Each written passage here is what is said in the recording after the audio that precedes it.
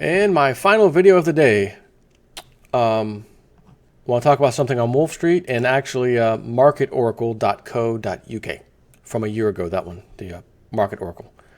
Someone sent this to me in email because he said, hey, you were talking about that fourth cycle thing. You know, there's the four cycles, and the fourth one, is the worst one until everything resets or whatever.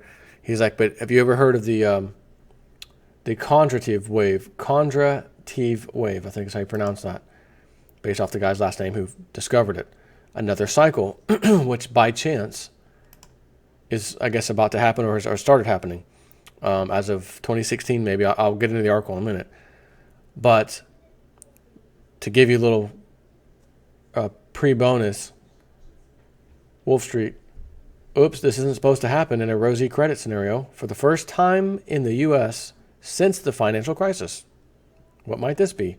He says, let's forget for a moment the Fed, its rate increase flip-flopping and what that might do in theory to the economy, and let's look instead at what companies are actually doing, how they're responding to the environment they find themselves in, because now something is happening that we haven't seen since the trough of the financial crisis. Credit growth. No matter what has been the mantra, it could never be enough. If companies borrow more from banks, they'll use that money to invest in productive activities or equipment and grow. That's the theory, and it would move the economy forward. So total loans and leases at all commercial banks have soared 40% since the bottom of the financial crisis to $9.13 trillion in the week ending February 15th, according to the Board of Governors of the Federal Reserve, and are 25% above the peak of the prior credit bubble in October 2008. But since the week ending December 7th, 2016, they have declined a smidgen. So why is that all-important loan growth flattening out after soaring for so many years? And how do companies fit into this? Of the of the many categories of loans and leases, one category stands out as an indicator of what companies are doing: commercial and industrial loans. They edged down to $2.1 trillion in the week ended February 15th. That's where they'd first stood in October 19th last year. After ballooning relentlessly for 6 years straight, C&I loans have now been stalled for 4 months in a row. Keyword, 4 months in a row. Since the bottom of the financial crisis, there have been periods of 4 or 5 weeks of stalling C&I loans, but they were invariably followed by robust loan growth immediately afterwards. So these C&I loans have been booming over those years. But this period from October 19th until now is the first extended stretch of stalling C&I loans since the bottom of the financial crisis. The chart shows C&I loans at all banks going back to 2012. Note how the 4-month stagnation period is unique during this time period, which, let me just give you a little look-see at that, if you will. You can see no other period on this chart do you see this length of a straight line across. Not looking good. C&I loans are a sign of what businesses of all sizes are doing, from the small company that is borrowing to buy a piece of equipment to the largest behemoth that is funding its inventories. These loans show whether companies in aggregate are expanding their investment or pulling in their horns. In that manner, C&I loans are tightly connected to the real economy. They grow when the economy grows, and they decline when the economy declines or heads south. And let's look at this one. The chart shows C&I loans going back to 1988, covering the last 3 recessions. The turning points are all circled in red. Isn't that amazing? If you were a betting person, would you bet that maybe, just maybe, we've reached a turning point? And it might be just as sharp of a turning point as we see here in 2008, possibly. I wouldn't bet on it. Wouldn't bet against it, I should say. The turning point during the financial crisis was unique, a sudden deep collapse in credit. The timing of a turning point may not be perfectly aligned with the beginning of a recession, but dang it, it's close. I think that speaks volumes. So I was talking about the other thing, with the 4-wave cycle, the last fourth wave, whatever. It's like roughly 80-year cycle. Each cycle, 1, 2, 3, and 4, are about 20 years apiece. Just did that video. But someone sent me this one and said, hey, this is it's not the same cycle, but it's actually similar, and it kind of points to the same thing. So this is my kind of thing. Okay, I've got one cycle over here that says, got a problem. Another different cycle, completely different math on that one. Got a problem here. And they point at the same time frame. Excuse me, hang on a second. Let me clear my throat. All right, so it says nature functions in cycles. Each 24-hour period can be divided into smaller cycles of morning, afternoon, evening, and night. The whole year can be divided into seasonal cycles. Similarly, one's life can be also divided into cycles. Cycles are abundant in nature. We just have to spot them, understand them, and prepare for them, because they happen whether we like it or not. How many times have you heard me say about cycles? The sun goes up, the sun goes down, the sun goes up. I give these stupid little analogy things all the time. Likewise, economic experts have noticed that the world also follows different cycles. An important pioneer in this field was the Russian social economist Nikolai Kondratiev, also called Nikolai Kondratiev. What? Also called, it's the same name. It's the same name. A relatively unknown genius. So what is this thing? Geniuses have been known to defend their principles and beliefs, even at the cost of losing their lives. They may die, but their legacy lives on, as did Kondratiev. He was an economist who laid down his life defending his beliefs. He was the founding director of the Institute of Conjecture, a famous research institute, which was located in Moscow. He devised a 5-year plan for the development of agriculture in Russia from 1923 to 25. His book, The Major Economic Cycles, was published in 1925, in which his policies were in stark contrast to that of Joseph Stalin's. As a result of this, Kondratiev was arrested in 1930 and given a prison sentence. This sentence was reviewed, and consequently, he was executed in 1938.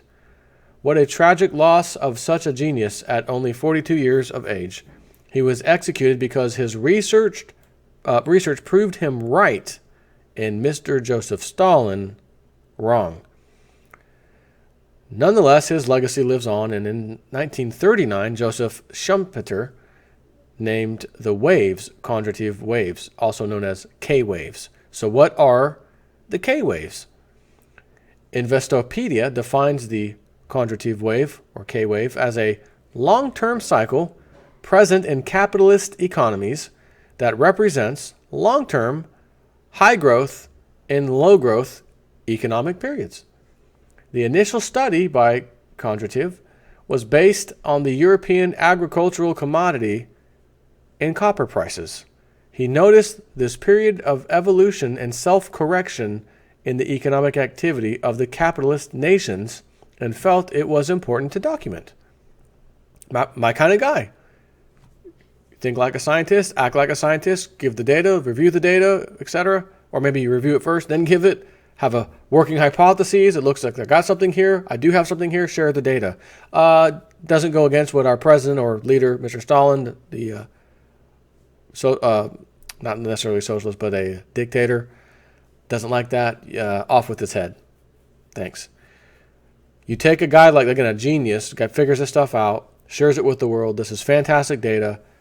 Don't like your data, kill him. Yep, fantastic. He noticed this period of evolution and self-correction in the economic activity of the capitalist nation, and he felt it was an important thing to document. These waves are long cycles lasting 50 to 60 years and consisting of various phases that are repetitive in nature. Now remember, he says they are divided into 4 primary cycles. Now, the other one I told you about the other day, that cycle, was roughly, and it did sway a little bit, but roughly 80 years. And each of those 4 were approximately 20 years, 20, 40, 60, 80. The last one, not looking too good, right? That's how it ended. So he has the spring inflationary growth phase, the summer stagflation or recession, autumn deflationary growth, plateau period, and finally the winter depression. That's what he called them. Those are the 4 stages. So number 1, spring inflationary growth phase. The first wave starts after a depressed economic state. With growth comes inflation. This phase sees stable prices, stable interest rates, and a rising stock market, which is led by strong corporate profits and technological innovations. This phase generally lasts for 25 years. Number 2, summer stagflation or recession. This phase witnesses wars such as the War of 1812, the Civil War, the World Wars, and the Vietnam War. War leads to a shortage of resources, which leads to rising prices, rising interest rates, and higher debt. And because of these factors, companies' profits decline. So speaking of this war cycle, didn't our president say he wants to add another 52 or so billion to the defense budget and quote, possibly more than that? It may be higher than that? Why would he want to do that all of a sudden? Just for fun. 3, autumn deflationary growth or the plateau period. After the end of war, people want economic stability. While the economy sees growth in selective sectors, this period also witnesses social and technological innovations. Prices fall and interest rates are low, which leads to higher debt and consumption. At the same time, companies' profits rise, resulting in a strong stock market. All of these excesses end with a major speculative bubble. You starting to figure out what cycle we're kind of at the end of and what's about to begin? Winter depression, the 4th cycle. This is a period This is a period of correcting the excesses of the past and preparing the foundation of future growth. Prices fall, profits decline, and stock markets correct to the downside. However, this period also refines the technologies of the past with innovation, making it cheaper and more available for the masses. Accuracy of the cycle over the last 200 years. The K-waves have stood the test of time. They have correctly identified various periods of important economic activity within the past 200 years. The chart below outlines its accuracy. So I'm going to pull this up for you in case you want to go along with me.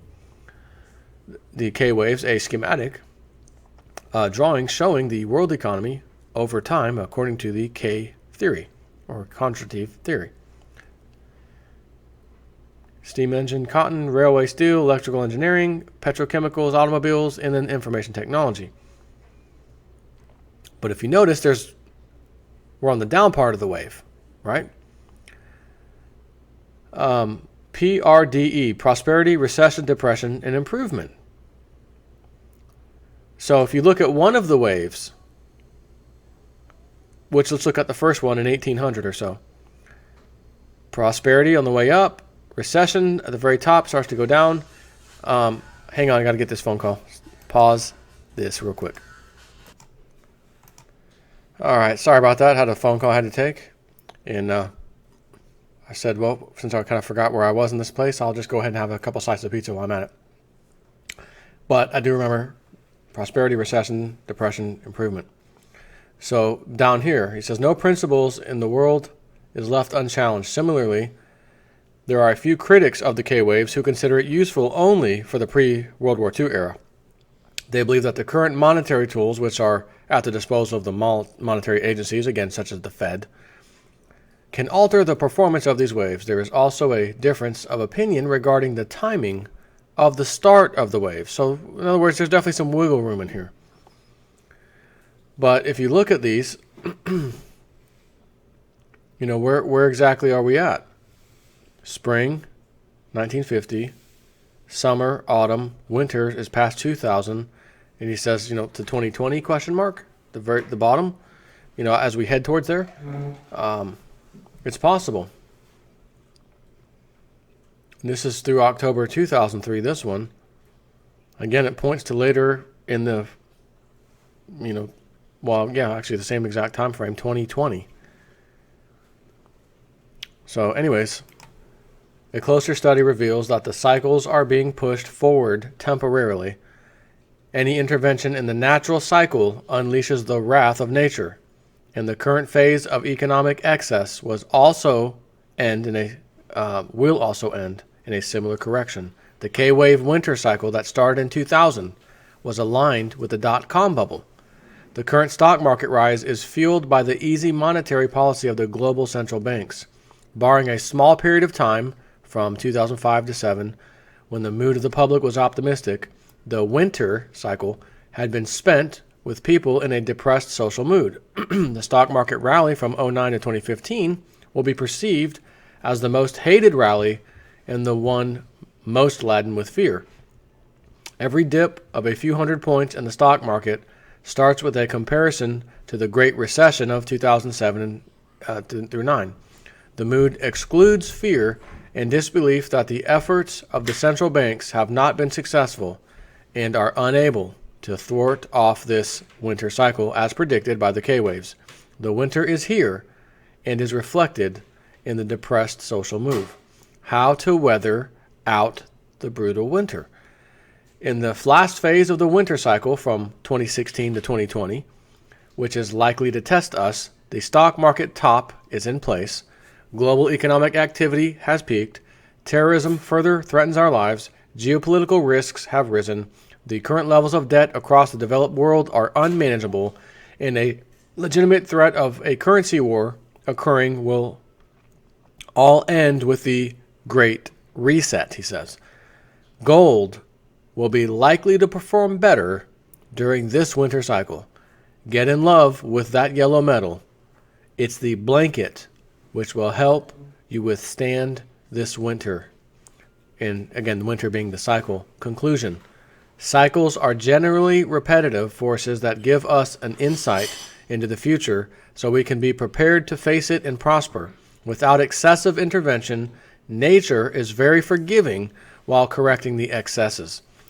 But if one meddles with nature, it can be merciless during the correction. The current economic condition will end with yet another reset in the financial markets.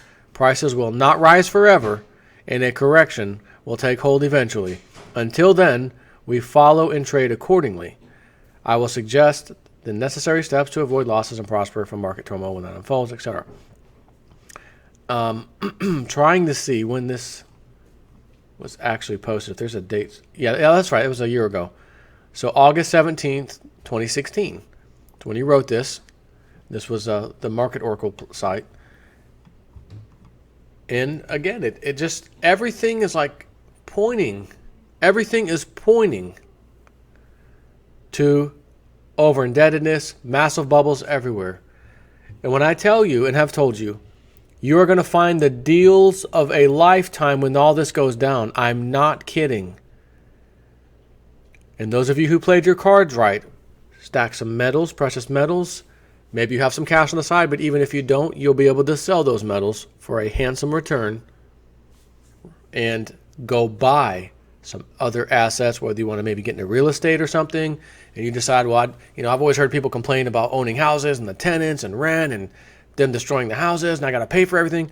It's a little different if you own the property outright. When you're charging $1,300, $1,400, $1,500 a month for rent, and you own the house outright, and essentially the insurance and taxes, let's say, are $300 to $400 a month, and I'm talking average Florida property, $300 to $400 a month for taxes and insurance. You're pocketing essentially around $1,000.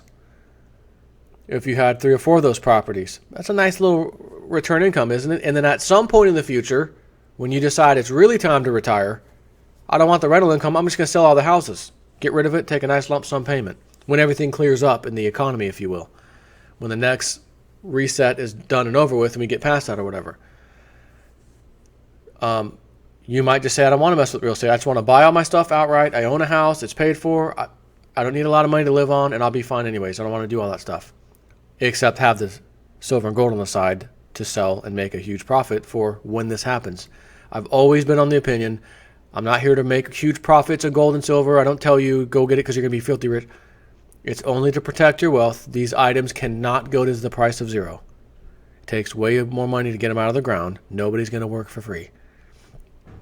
And the mining equipment and the expense they have is insane. Okay? Not only that, but you're going to have a flood of people figuring out my wealth is going down in my country's currency, whatever country you might live in. Gold, history, safe asset, silver, same thing, I want it. Which will, I repeat, will cause a bubble in the metals prices. And that's when you want to sell. And that, because of the declining dollar value, devaluations that have to come, it will not be absurd to see 100, 200, 300, etc. price silver. It is going to happen. Why? It's a mathematical certainty. Take care.